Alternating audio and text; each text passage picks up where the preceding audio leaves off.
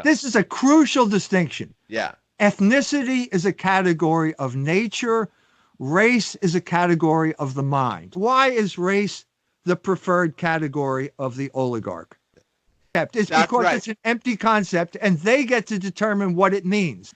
Marcus Garvey was a black nationalist leader who came from Jamaica, went to Harlem. Harlem was a center of Jamaican culture, black culture as well. And Marcus Garvey went to the headquarters of the NAACP sometime during the 1920s, and he looked around. There were no black people at the organization, no colored people at the NAACP. It was all Jewish lawyers. I grew up in an Irish neighborhood as an infant and child. And then when we were 6 years old, the blacks crossed Lehigh Avenue in North Philadelphia, and everybody left. Now, the standard explanation is called white flight. That's not the way we perceived it. This was ethnic cleansing. Welcome to another episode of Independent Thought and Freedom, where we have conversations with some of the most interesting people around the world who are shaking up politics, society, economies, and ideas. We've had some amazing guests on this program, including The Saker, Paul Craig Roberts, Sheikh Imran Hussein, E. Michael Jones, Cynthia McKinney, and more.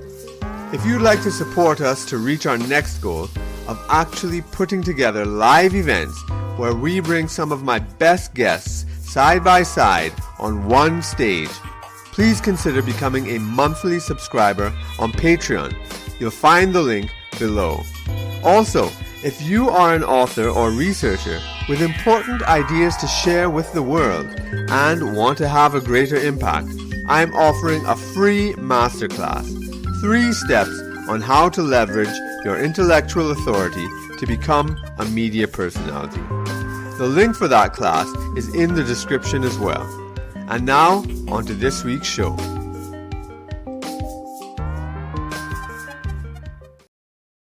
Welcome to Independent Thought and Freedom.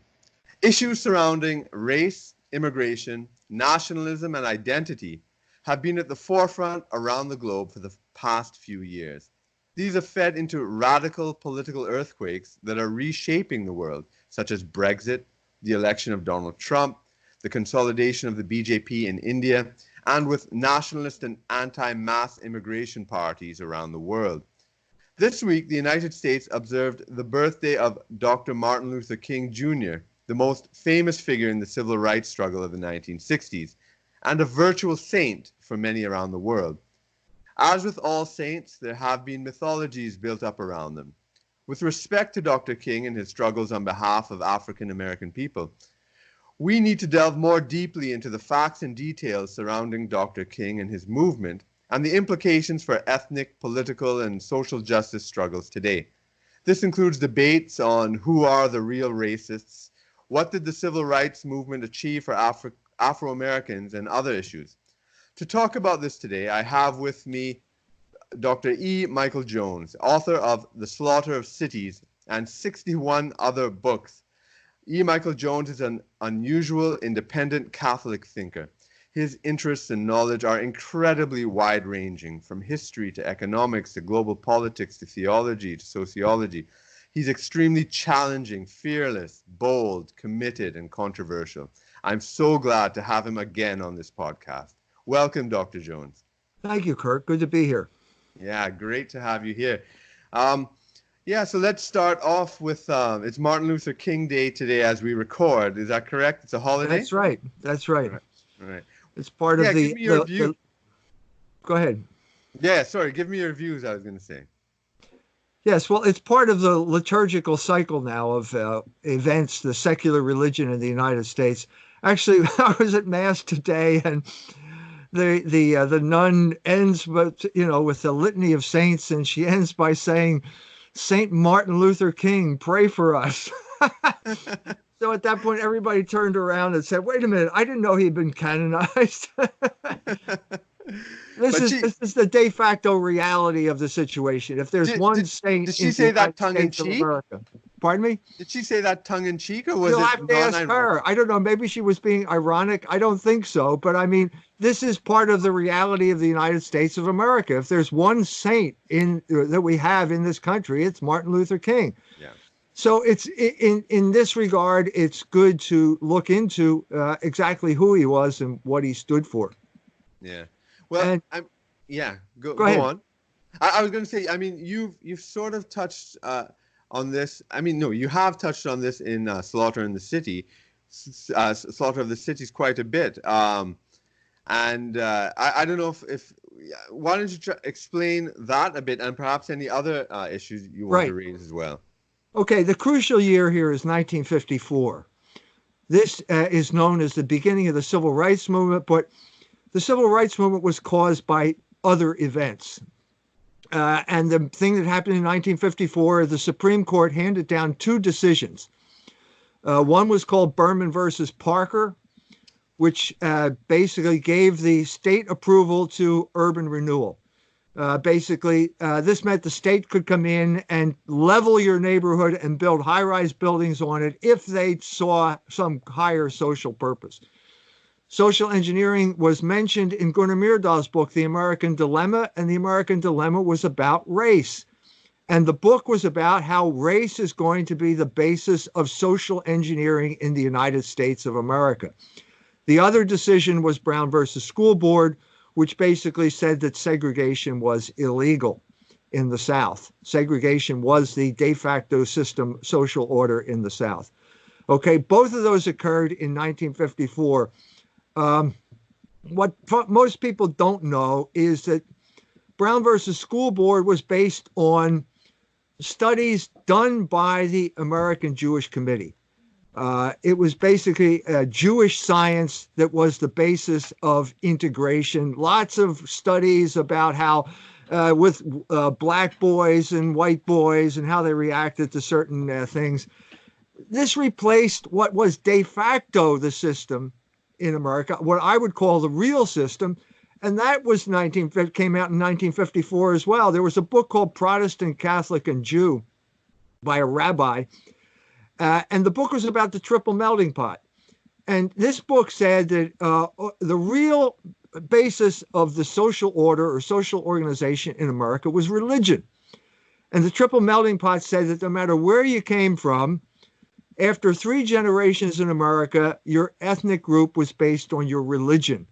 So America was a group that was based on 3 ethnic groups, based on 3 religions, Protestant, Catholic, Jew. What happened in 54 was that the real system of organization, namely ethnicity, was replaced by a new a new basis, namely race. And race then became the basis of social engineering in the United States of America. And that's what created the Civil Rights Movement. If it weren't for these decisions, if it weren't for Jewish science created by people like the American Jewish Committee, the Authoritarian Personality, all of these books, if it weren't for this, there would have been no Civil Rights Movement. What was the Civil Rights Movement? It was basically the Black-Jewish Alliance. That's what it was. And this Black Jewish Alliance began long before that. It began in around 1915 when a Jewish pedophile by the name of Leo Frank was convicted and sentenced to death for the murder of a 13-year-old girl named Mary Fagan. At this point, these Jewish organizations came into existence. The first one was the Anti-Defamation League, which was created to keep Jewish criminals out of jail and control the narrative on the word Jew, largely through the term anti-Semitism. The other organization that came into existence at this time was the National Association for the Advancement of Colored People. This was a Jewish organization. The man who understood this completely was Marcus Garvey. Marcus Garvey was a Black nationalist leader who came from Jamaica, went to Harlem. Harlem was a center of Jamaican culture, Black culture as well. And Marcus Garvey went to the headquarters of the NAACP sometime during the 1920s, and he looked around. There were no Black people at the organization, no colored people at the NAACP. It was all Jewish lawyers. It had been created by the Spingarn brothers, prominent Jewish intellectuals, publishers, important people, lawyers in New York, to mobilize the black people as revolutionaries in the United States of America. What these organizations did during the 1920s was to try to create a slave rebellion. They had Haiti in mind, okay? Haiti was the paradigm. This was going to be imported to the United States of America, and they were looking for their Toussaint Louverture here in America. They tried a number of different things, and finally, all of these pieces came together in the 1950s with those Supreme Court decisions and the launching of the Civil Rights Movement, which was basically a revolutionary movement created by an alliance of blacks and Jews in the United States of America. All right, that's a lot there that I'd like to unpack because there's so many issues you've touched upon. Three major things that I want us to keep in mind, because as we delve in, I'm sure we'll go into so many nooks and crannies. You know, the idea of segregation and racism, the equivalence of that, and I think it's a false equivalence, and Garveyism and so forth. The triple melting pot idea with blacks and also that's tied into the ethnicity and race thing. Because I want to talk about the implications of brown people today and look at the creation of white people in the 50s and so forth. But let's start off with Marcus Garvey, who was actually, you know, in the Caribbean, he's a major figure. In Jamaica, he's a national hero. We have a statue of Marcus Garvey in San Fernando, our second city here in Trinidad, for example, right next on the same promenade with Gandhi. I think it's the only place in the world where you have that, and it's quite amazing that people don't know about Garvey, because he's a massive figure in Afro-American history. He's the largest black organization in the world, millions of people, over 1 million people, and you know, by the way, do you know the UNIA, his organization, in the States or around the world? Do you know the organization? Yes, I know of it. Yeah. Right. Do you know what the nickname that the NAACP, like W.E.B. Du Bois and them, used to call the UNIA people? No, tell me. The ugliest Negroes in America. Right? That is extremely important with the internal black politics, because it's also politics of color, right? All the NAACP people, like W.E. Du Bois, I mean, they look so European with their noses and his mustache and his three-piece suit and his ability to speak in Europe, and he's a sociologist at the University of Chicago and so forth, whereas you know, Marcus Garvey was a big, round, black, dark, you know, big lip, nose, the features of you know, black West Africa, right? And spoke in that language and spoke to those people. And it was very much an internal class thing among black people. And later on, I mean, this dichotomy never disappeared, because the heirs of Marcus Garvey would be like Malcolm X, the Nation of Islam, the black nationalists, as opposed to the anti-segregationists. So I'd like you to perhaps explore that, you know, segregation and racism, because it's almost de rigueur now to think of segregation as being racist. Right. But yeah, I don't agree with that, and black nationalists don't agree with it. I'd like to hear your take on that. No, you're absolutely right. You touched on one of the fundamental issues in American politics, namely the conflict between the people and the oligarchs. It's to this day. I mean, we have a classic example now of the presidential candidate Pete Buttigieg, who happens to be mayor of South Bend, Indiana, which happens to be where I live. And he grew up on the street 3 houses down from me. Okay. He went to Harvard. My son went to Harvard. My son got invited to the Porcellian luncheon. And then they ask you a question to see if you're going to be inducted into the club. And it was, what do you think of Darwinism?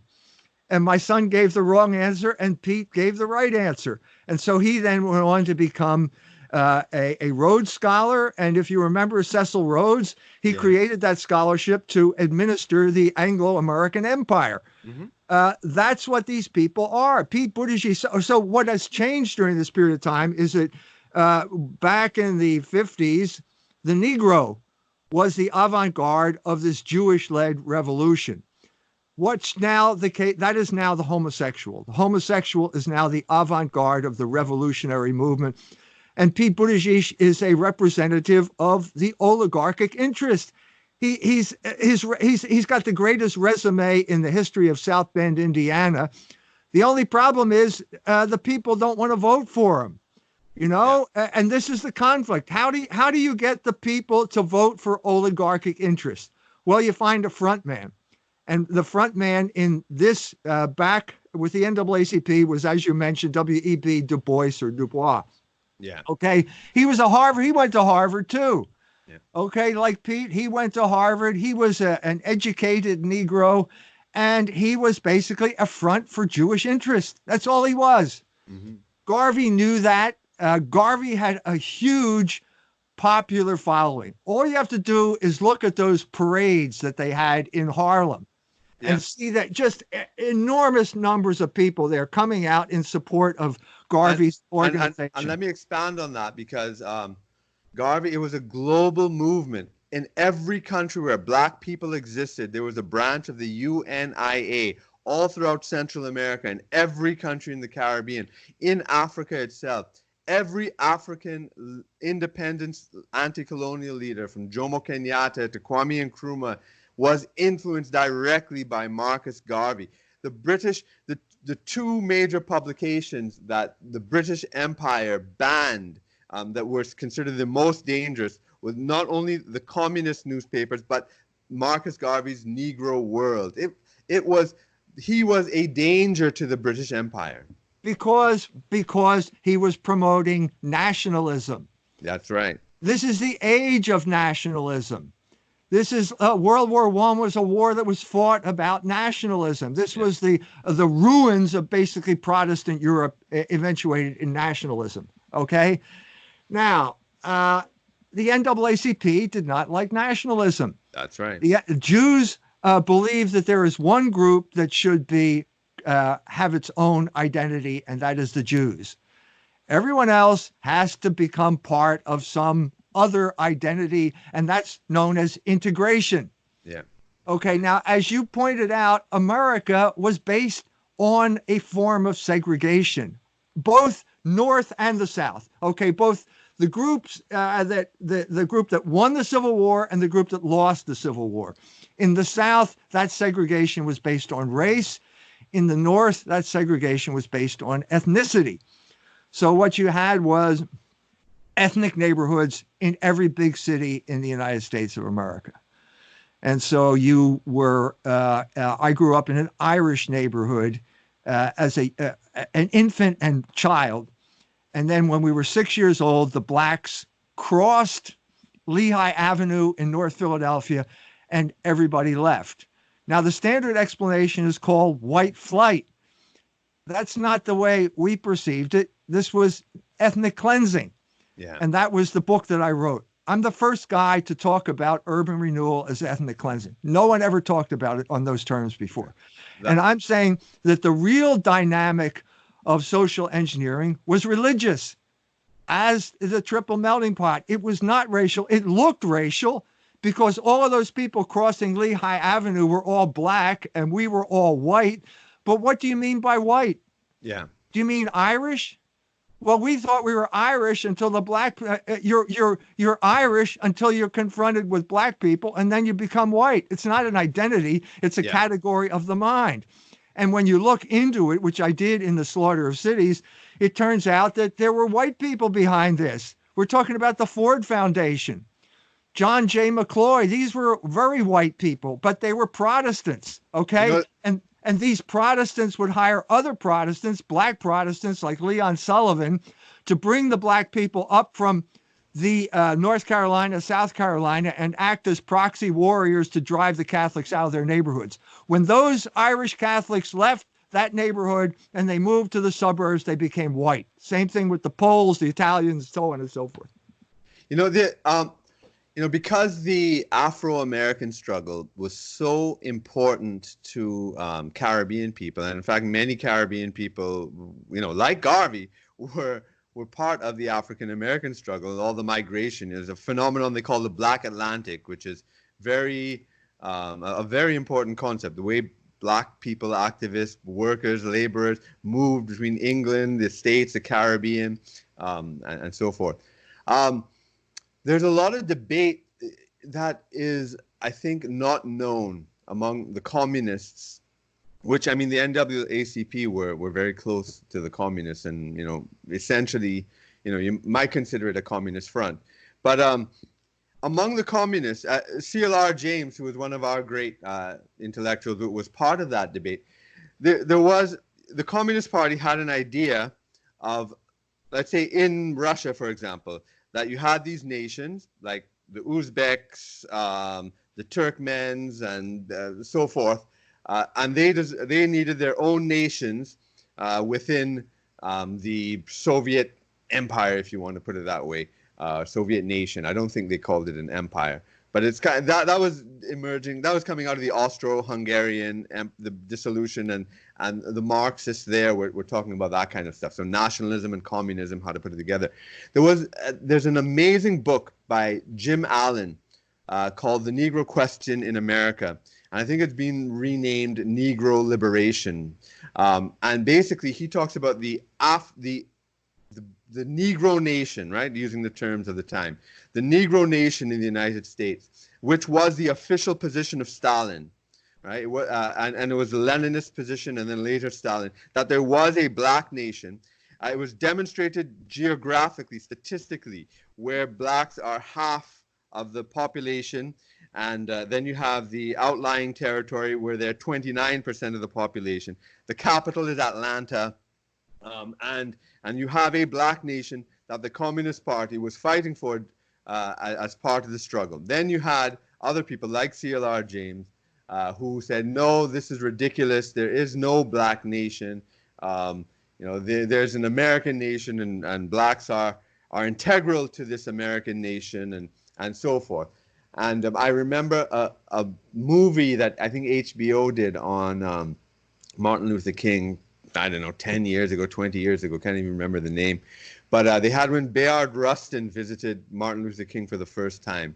A lot of people don't know him. He was a homosexual communist, civil rights person. Sorry? Union leader. Yep, and a union leader, and how Martin Luther King just, wow, Bayard Rustin, what are you coming here? And how they started this Southern Christian Leadership Conference. But there was this internal debate among the communists about whether blacks were a nation or whether they should. Now, Zora Neale Hurston, are you familiar with Zora Neale Hurston? Sure. Right. Yeah. She's amazing. And she had a strong critique of the communists. And she said that one of their biggest tools to recruit black men into communism was to give them a white woman, a white Jewish woman. And that's how they were sucked in. And that's the civil rights movement. Exactly. So I just wanted to put that out to you, to have you sort of comment on that within your analysis. Yeah. First of all, if you're interested in the connection, the crucial figure between communism and what happened in the cities and the civil rights movement, the crucial figure is Louis Wirth, the sociologist from the University of Chicago. Okay. That's Wirth. I cover this in my book. I read his archives at the University of Chicago. He was a communist, a Jew from Germany who married a Baptist and hated Catholics. But during the late 1930s, 1940s, he was aware of what was going on with the nationalities question in the Soviet Union, which is basically you allow these people some type of independence, but then when war breaks out, you engage in a policy of ethnic cleansing. So the first group to be ethnically cleansed was the Kalmyks. My daughter-in-law's grandmother was Volga Deutsch, and she ended up in Siberia. because of ethnic cleansing. Louis Wirth had this in mind as the pattern for what was going to happen in Chicago. That's what was going on there at that time. This was the direct influence of the Communist Party on social engineering in the United States of America. Okay, yeah, that will. So now, this triple melting pot theory, I'm intrigued by it. It's only when you brought it up is the first time I heard about it. It makes a lot of sense. But to me, it sounds like that's describing the North. Because you also had a great quote about, I can't remember who it was, but somebody who accompanied Dr. King when they went up to Chicago. Dorothy Tillman. Right, and where she said everybody in the down south, you was either black or white. You wasn't none of this Polish or Irish or none of that. That's right. Because down south, now there's an amazing article about the creation of a black ethnicity in Jamaica. This was in Garvey Studies book. I know the author and so forth. He taught me, in fact, in Jamaica. And he talked about how in the slave rebellions, the ethnic identities from Africa still existed, that many of the early slave rebellions in Jamaica in the 16th, 17th century were led by Twi or Congo or Asante or whatever, and they sought their own freedom, but not necessarily of their enemy tribe from Africa. Yes, this is a crucial distinction. Yeah. Ethnicity is a category of nature. Race is a category of the mind. This is a crucial distinction that you have to understand. Yeah. Okay. If you go to Africa, it is the best example of ethnicity that I can give you. Mm-hmm. You have Tanzania. I was in Tanzania. 76 different ethnic groups in Tanzania. Okay, they have all lived peacefully together, largely because Julius Nyerere was a Catholic and did not promote his own ethnic group to the disadvantage of others. You go to Kenya, you've got the same situation, but that's a slightly different situation because the Kikuyu were the dominant ethnic group in Kenya, and Jomo Kenyatta was a Kikuyu, and he never stopped being a Kikuyu chief. And it was different because it was a colony, and so you had violence in Kenya. But this is the fundamental truth is that you are what you are because of the language you speak, which you learn from your mother. That is your identity. You do not become black until you're confronted with a white person. You do not become white until you're confronted with a black person. Yeah. So if I were to go to a room in the United States and I'd say, hey, Mzungu, nobody would turn around. Yeah. Am I a Mzungu? Yeah. Well, I am when I get to East Africa. Exactly. And if I'm in East Africa and someone says Mzungu, I turn around. Yeah. But that's only in East Africa. That's not who I am. That's what I am there because I'm surrounded by a sea full of black people and they have a name for it. Go ahead. I'll tell you an interesting thing about in that article about the development of the black ethnicity. In fact, he wasn't. It's Don Robotham, interestingly, who is probably of Jewish descent in Jamaica and was a communist in Jamaica, by the way. But he talked about how it wasn't necessarily the confrontation between black and white because that was still done ethnically. What it was Christianity. And that Christianity, and in particular Quakerism and all the evangelical born-again types, where blacks were considered equal and they could have been preachers, so the Baptists were extremely important in that. And so that all of a sudden, within the idea of Christ, of Christianity, you left behind your Twi identity or your Congo identity or your Asante or whatever it might be, and you became black, and the thing that held the black identity together was Christianity. So there was a positive content in what he saw. He didn't see it just as a negative thing. Just to put that out to you. Well, there is this happened in Europe. I've said before that to my Iranian friends, I mean, the Iranians were philosophers and astronomers when my ancestors were chasing pigs through the forest of Germany. So the white boys get upset with me when I say the only difference between Tanzania, the Diocese of Würzburg and the Diocese of Mbinga is 1,500 years of Catholicism. That's what created Europe. Okay. Now, Europe, you do not get your language from Christianity. Mm-hmm. You have your language from your mother. That is Yeah. your ethnic group. That is the basis of your ethnic group. Christianity would never presume to supplant your ethnic group. You didn't learn a language from Christianity. There was a lingua franca called Latin, but that's not what you spoke to your mother. And I'm saying ethnicity is part of nature. Okay? Yeah. And I'm saying it is also the hidden grammar of black-white conflict in America. I've already talked about the white side. I had a friend in Chicago. She came up from the Great Migration out of Mississippi to Chicago in the 1950s. When you talk to those black people, they talk about Mississippi the way my people talk about Ireland and Germany. Yep. That's the old country for these people. So this woman's mother, they're Protestants. They're all Protestants.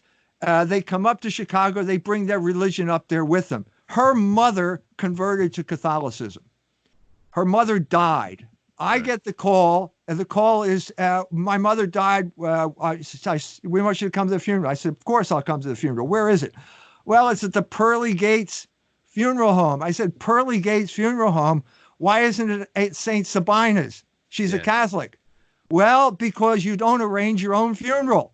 Your children arrange it. So I go to the Pearly Gates Funeral Home, and there's the black minister, and he's talking about Mississippi and how we came from Mississippi, and then suddenly the Polish priest shows up, and nobody knows what to do, because this woman had basically changed her ethnicity. Yeah. Because she went from Protestant to Catholic, and everybody in that room knew that. Everybody understood that this was a fundamental change, but because of this legacy of using race as the basis for social engineering, nobody can acknowledge it. Exactly. That is the whole point here. Yeah. And I make that point about Obama. When people feel that they have righted some historical wrong because an African American, who's half, but an African American has occupied the White House, I say, but a descendant of an American slave has yet to do that. I mean, that's because you're fixated on race when it's about history, So you have not ticked off that box if you think you have, whole history of the former slaves has not been addressed by Obama, right? Obama is something else. Yeah. No. And why is race the preferred category of the oligarch? Because it's an empty concept. It's because it's an empty concept, and they get to determine what it means. Exactly. Whereas if it's Catholicism, well, the Pope gets to determine what that means, and you're kind of left out of the equation. If it's being Polish, well, then the language determines. But if it's race, then the oligarchs get to determine the meaning of that, and they can create their structure around it. Exactly, because I want to explore that very issue more, because I think we're witnessing right now the creation of a brown race. And of course, that sort of impacts me because I would be part of this brown race, which I think is ridiculous, right?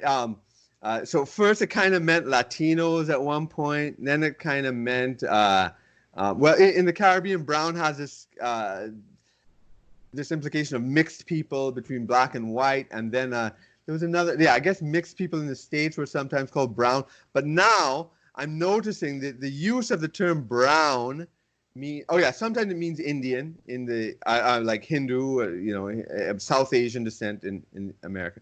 But I realize it's being used as this kind of conglomeration where you could be Mexican, Iranian, Arab, and just brown. It's just brown. It robs you of any identity whatsoever. Absolutely. And you just become a consumer. That's all. Absolutely. That's exactly the point of it. If we put all these people together, that's a lot of people. And then suddenly you run to the head of the parade and say, well, I speak for this group of people. Well, this is ridiculous. You don't speak for this group of people. There is no unity to this group of people. There's nothing there. The only unity What is language? What language do you speak? Where do you come from? What That's is your right. religion? These are all concrete, objective realities that get erased as soon as you use the word brown, white, or black. Exactly, exactly. I would say, where's Brownistan? Where's Brownland? What is the history of Brown? Say a few words in brown. Exactly. But that is an ongoing project right now that fits in, really to what you're saying there. So now, so that brings us to the question of the oligarchs, which you talk about quite a lot. I've heard you, say the oligarchs are basically Jews, homosexuals, and I can't remember if you added another CEOs. category. Sorry? Jews, homosexuals, and CEOs are the CEOs. 1%. Right, exactly, the corporate. Now, I want to ask you about the place of the oligarchy in American history. When do you think the oligarchs assumed control? Was it from the founding itself? Because Absolutely. the American flag is the East India Company flag. That's one which I'm just intrigued by. I have to find out more about that. Is it something that occurred later in the 20th century? From the very beginning. The very beginning, the conflict at that point was known as the conflict between debtors and creditors. Okay, there are always going to be more debtors than creditors in a society. The creditors in the United States were located in cities for the most part, and they could get together much more easily than the debtors could. The debtors were out. If you're talking about Pennsylvania, the creditors were in Philadelphia, and the debtors were living out in Western Pennsylvania trying to grow grain, make whiskey, and stuff like that. They could not get together for these conventions that created the United States of America. The debtors could. And so the United States was created in the interest of the creditor class. They wanted certain things. They wanted gold as the currency as opposed to paper money. The people wanted paper money. They wanted easy credit. The crisis came almost immediately when the creditor class, after the Americans defeated the British militarily, the creditors bought up war bonds for pennies on the dollar from widows who needed the money.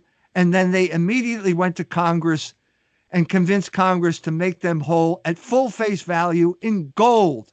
Now, this was an outrage. Okay, the bonds were there for the benefit of those widows. They were cheated out of their money, and then the creditors rewarded themselves, and this created a rebellion immediately. It was Shays' rebellion. What year was that?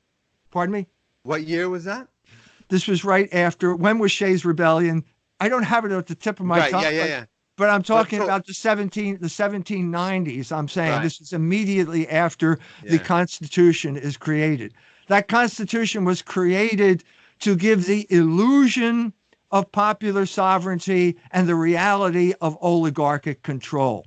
The oligarchic control was ensured by the Supreme Court, which has been the interest of oligarchic interests from Marbury versus Madison all the way up to Obergefell, which was the homosexual marriage decision. That decision, homosexual marriage, abortion, I could go down the list. The American people never voted for these things. They have always been imposed on them by the United States Supreme Court, because that is the instrument of oligarchic control, the fundamental instrument of oligarchic control from the beginning. Oh, well, that's I didn't know that that's how you located. That's fascinating, because I mean, that is in my book. That is in my book, Barren Metal. The full details are in my book, Barren Metal. Barren Metal. Because so would you say that your project, in a sense, is against the American Republic? Would you put it that way? No. I'm hoping to restore the American Republic. My project is against the American Empire. Right. Now, I'm saying, even given all of that oligarchic control from the beginning, you bring large numbers of people into the United States of America from these various European religious traditions, and you have de facto a kind of representative democracy. Right. But it's the only group that has power. The individual has no political power. The group has power, and if you destroy the group, you're destroying political power. Well, the group that these people had, they were Irish, they were German, They were Poles. They lived in neighborhoods that could, because they occupied that territory, they could send their own representatives to the Congress, both the state Congress and the National Congress. That was the basis for the Republic. That was a close approximation of representative democracy in the United States of America. And it was destroyed by social engineering after World War II. And the vehicle was race. You know, because I've developed a different understanding, a different heterodox understanding, and I'd like to hear your opinion of it, to see if it fits into what you say or you totally reject it. But I came to a conclusion that the American Revolution of 1776, etc., it was essentially a continuation of the English Civil War. And that it was like the Puritans and the Calvinists and all the Calvinist republics that were being established in Europe, it kind of got its full efflorescence in the United States, and so, you know, so America is essentially a Protestant nation, and that's why they're so hostile to Catholics.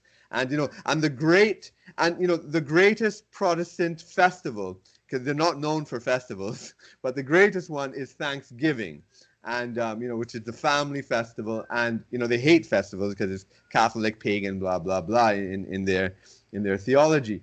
And but so I've seen America as this kind of Protestant thing, and then usurped by the imperialists from the British Empire, the global financiers, and the people who organize the sugar and slave and cotton and blah, blah and that. How does that fit into your theory? Do you reject that? No, it fits in perfectly with what I'm saying. Right. I'm saying that when you look back at these oligarchs at the time of World War II, there was a WASP ruling class in America, white Anglo-Saxon Protestant. And the Jews were part of an alliance with them, but they were definitely junior partners in this alliance. So Louis Wirth was working for the Rockefellers or the Ford Foundation. Right. And these were the people that basically, they weren't Protestant in any real sense of the term. I mean, John D. Rockefeller was a Northern Baptist, whatever that means. Yeah. But if you go to the Rockefeller Center, what's the statue there? It's Prometheus. Yeah. The Rockefellers were Prometheans, but they had this ethnic identification with Protestant culture, known as WASP culture, and they saw the battle as religious. It was a battle between Protestants and Catholics, because the Catholics at this point in time were having more children. This was what Rockefeller was interested in. He was interested in birth control. John D. Rockefeller III was interested in birth control because Catholics did not use contraception. And that was one of the biggest battles after World War II. It was a demographic battle because demography is the basis of political power. And the culmination of Catholic political power was the election of John F. Kennedy to the presidency. That was the Catholics. That was the baby boom. The Catholics had finally come into their own politically. And guess what happened? He got murdered. Yeah. Now, maybe you think it was a lone deranged gunman, but you're laughing. I don't know why you're laughing. No, I'm laughing because you put a lot of things together that I didn't think about. So it's like a smile of enlightenment, kind of, you know. The baby boom, I didn't think of it in those terms. And the baby boom was Catholic. Yeah. Because Catholics did not use contraceptives. Yeah, I never put those two things together, but that's absolutely right. And certainly in England, and the whole thing about the Irish and is very similar. Yeah, and this is quite enlightening. And I'm just writing down some notes here from things I want to raise. Like so what I'm understanding from what you're saying then is then the blacks being Protestants. But low and not like Lutheran, but the mass kind of born again. But they were sort of the Protestant bulwark into breaking up the Catholic proxy warriors. They were proxy warriors, just like the Mujahideen in the 70s, just like the homosexuals now. They were proxy warriors. Yeah. And they were the ones that basically were brought into the big cities to break up Catholic neighborhoods. Wow! The big confrontation came when Martin Luther King went to Chicago. There was no segregation in Chicago. Right. It was ethnic neighborhoods. That's that quote that I gave you from Dorothy Tillman. They were completely bewildered when they got to Chicago. Yeah. So the big confrontation came in Marquette Park in 1966, where the people of Marquette Park were throwing rocks at so it's when the confrontation takes place, it's black people on one side of the street and it's white people on the other side of the street. Yeah. But when you look into it, it's Protestants from the South being paid by Nelson Rockefeller to come up to the North to bust up what was a Catholic neighborhood. They were Lithuanians. Right. If you ask them who they are, they would not say that they were white unless they were throwing rocks at Martin Luther King. If you got into their homes, their grandparents spoke Lithuanian. Mm-hmm. There's an interesting story here because I talked about this to a cop in Chicago who was the Lithuanian. Yeah. And he told me, I went on an interview and I said the Lithuanians had a right to defend themselves and defend their neighborhood. Well, this got people denouncing me as a racist and so on and so forth. It turns out that there was a black member of Opus Dei who sided with the Lithuanians because he was Catholic. Yeah. I have a friend who's a nun from Kenya. I said to her, which side of the street would you stand on? She's a Luya. I was at her little village in Kenya. She said, without hesitation, I would have stood on the Catholic side of the street. Yeah. Because that's her identity. It's not, doesn't come from the color of her skin. It comes from what she believes, what she speaks, and where she comes from. Well, in Trinidad, we have this because it was Spanish, and then the French came after the French Revolution. Then the British took over, and then so we had a lot of people coming in from the British islands later. But you have the Grenadians who are Catholic and so forth. So among the black population in Trinidad, there's a divide between the Catholics and the Protestants. You have the Anglicans who are the sort of elite ones, and then you have all the like low church. And so I'm familiar, like throughout history, there has been that division here as well. I'm wondering, now that you're saying this, I've never thought about transposing this to studying America. But where do you see the Haitians? Because Haitians are where do you see the Haitians in that whole conglomeration there? Have you thought about that at all? Yeah, they're Catholic. There's a man. His first name was Toussaint. Mm-hmm. It wasn't Toussaint Louverture. Yeah. But he was a Haitian, a Catholic Haitian, who came to New York after the Revolution. In Haiti. Mm-hmm. And he became a hairdresser to white people. And now they're trying to get him canonized. It's I wish, what was his name? What was his full name? Anyway, it's Toussaint. It's the same as the revolutionary. Yeah. The exact opposite. He's the exact opposite of the revolutionary, because does the color of your skin tell you how to act? Mm-hmm. No, exactly. No. So what you had basically was one man who was a devotee of the French Revolution, who hated the Catholic Church, and another man who was a faithful Catholic, a loyal Catholic, both in the same island, and it gets torn apart by revolution. And this man goes to New York, and he fits in perfectly with the ruling class elite there because his Catholicism allows this type of thing. If you have a religion that tells you how to act, you don't need race as your identity. If you have race as your identity, you're going to have conflict. That's right. Because you can't change that. And I'm saying that the oligarchs know this. They are promoting white boys now. Yeah. Charlottesville is a classic example of what I'm talking about. Yeah. And today there's something like a gun rights rally being held today too, right? But Charlottesville. Okay, this is the white boy rally.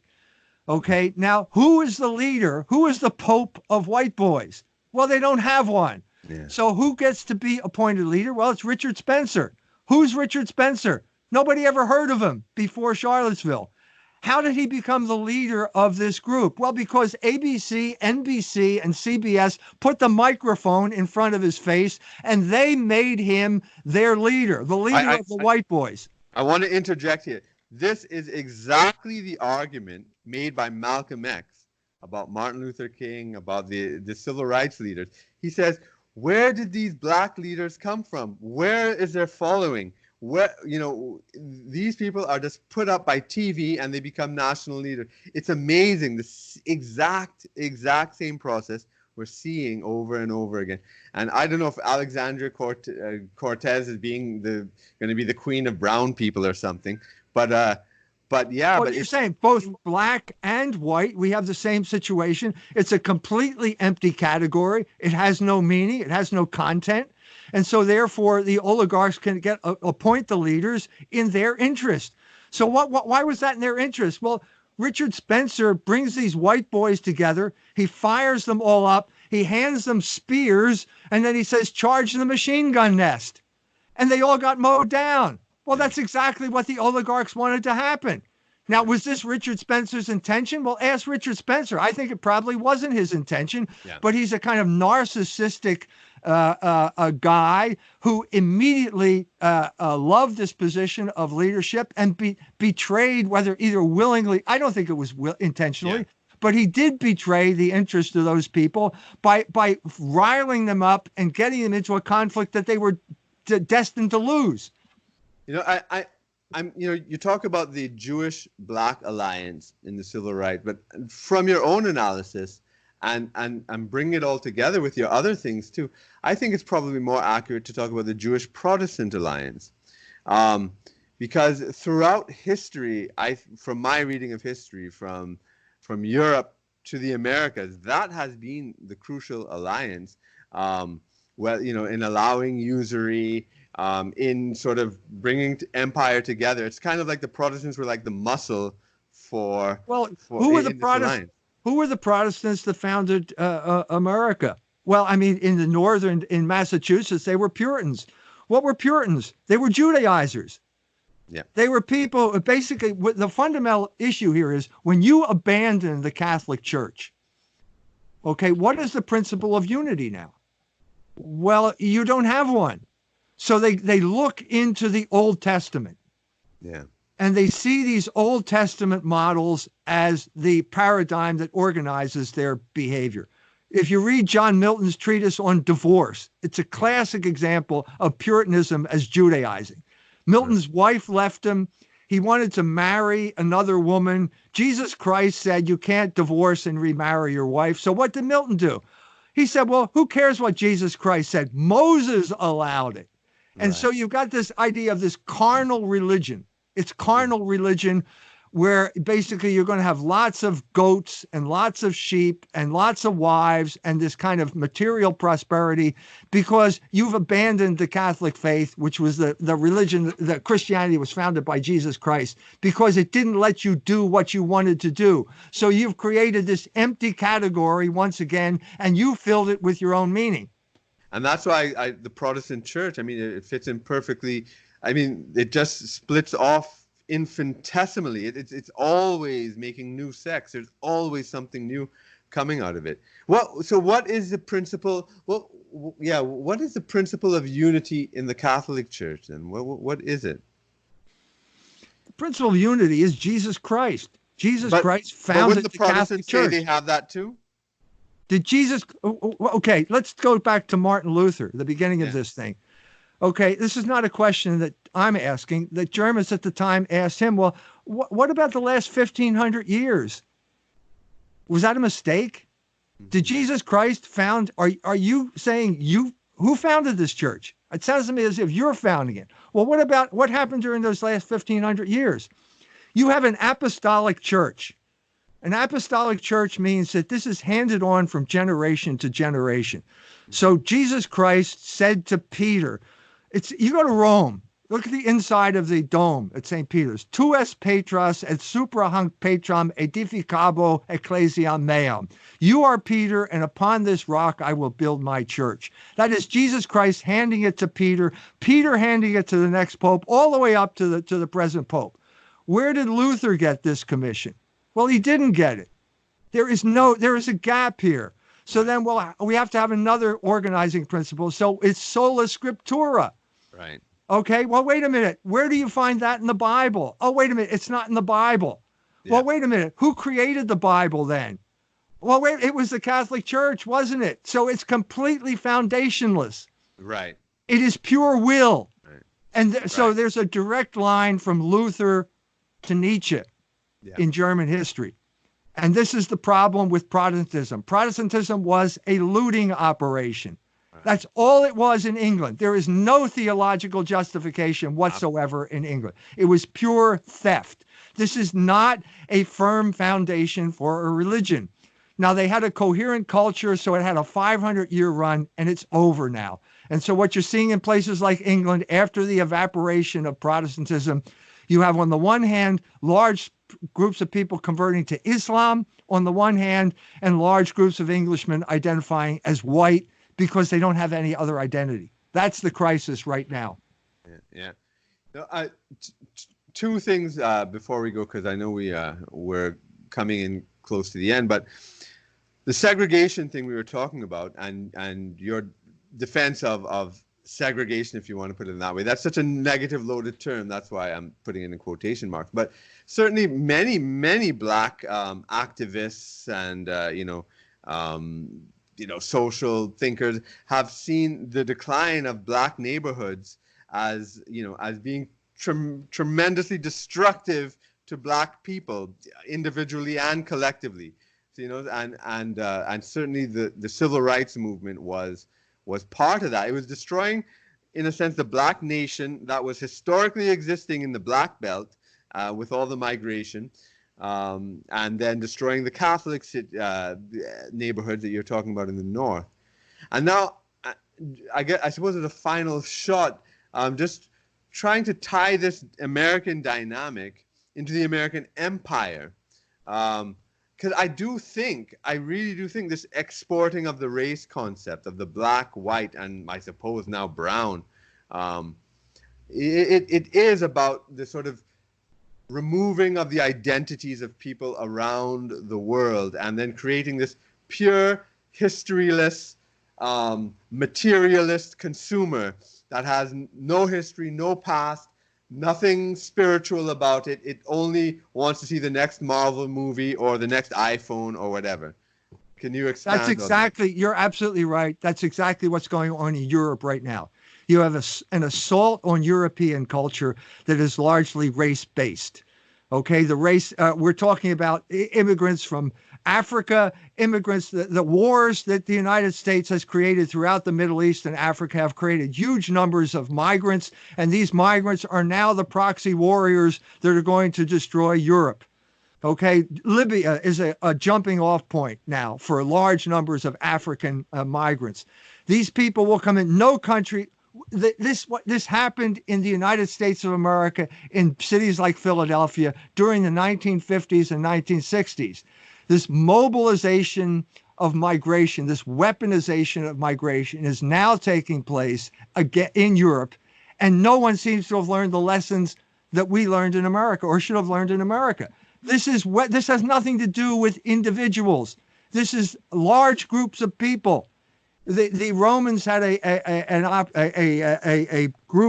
process of assimilation called receptio. You could become a Roman citizen simply by learning the language and adopting Roman culture. If you were a Goth, you would be immediately sent to Syria. If you were a Syrian, you would be sent to the Danube because you would be an isolated individual and you had to adopt the culture. If you let the entire Gothic nation cross the Danube, that's the end of the Roman Empire, and the Roman Empire fell within 70 years after that happened. This is the type of weaponization of migration that is occurring in Europe right now, and there are only few people, only the Eastern Europeans seem to be aware of this. Everybody's aware of it, but they're more effective in dealing with it. The rise of the... I want to add something there because that's fascinating what you say about the Romans, because I've come across that in terms of the differences between English colonialism or British colonialism and French, because a black man could be a French man once he imbibed the culture and could speak and write, and he became French and could be buried in the Pantheon in Paris, where that could never happen in the British. And maybe that's the connection between France, Catholicism, Rome. I don't know. But it sounds fascinating. Well, it had to be, because as soon as you had Protestantism, you had state religions. And as soon as you have a state religion, well, everybody is white, if you want to look at it that way, because everybody in your church is English and there's nobody else. The Catholics could never accept that. The Catholics always believed that the entire world was going to become Catholic at some point, convert to Jesus Christ. And it had already established the fact that all of the nations in Europe were allowed to retain their own cultural identity, their languages, and still be a part of the universal church. That all stopped with the Reformation. And the Reformation was, in that regard, in places like England, the beginning of this racial thinking. Wow. So if we want to now, I guess, tie everything together and bring it back to Martin Luther King and his legacy, how would you put King within this large context that we've placed him in? How do you summarize it? You know, there in South Bend, Indiana, there's a statue in the center of town, and it's Martin Luther King and Father Hesburgh. They're arm in arm. 1966, Hesburgh went up to a rally at Soldiers Field, and he sang, "We Shall Overcome," and this became an iconic photo, and now it's a statue. We need to understand what was really going on there. Okay, what was Father Hesburgh doing? He was betraying the Catholic people of Chicago. He was betraying the Catholics who were fighting for their own identity in Marquette Park, those Lithuanian Catholics. Once we understand that, we understand how this regime of social engineering was imposed on us. And because we are the empire that rules the world, it's now going to be imposed on the rest of the world. It's being imposed on Europe right now. We have to wake up to it, because consciousness is the beginning of change. It's not change, but it's the beginning of change. And that's what we need to talk about right now. And that's why I'm glad we had this discussion. Yeah. I mean, I could go on for hours and hours, but I think we've come to a nice close of this aspect, and hopefully we can continue it on other aspects later. But I really want to thank you, not only for this interview, but for all your work you've done, and all the interviews you do all the time, and the enlightenment. I mean, you have incredible energy, insight, intelligence, and what you're doing is so important. So I wish you all the best and every success in your work ahead. Thanks for leading the way. Thank you. My pleasure. Thank you, Kirk. Well, that's all for Independent Thought and Freedom this week. Please join us again next week. And in the meanwhile, make sure you subscribe, leave me a rating, like and share this podcast with your friends. Thanks, and bye for now.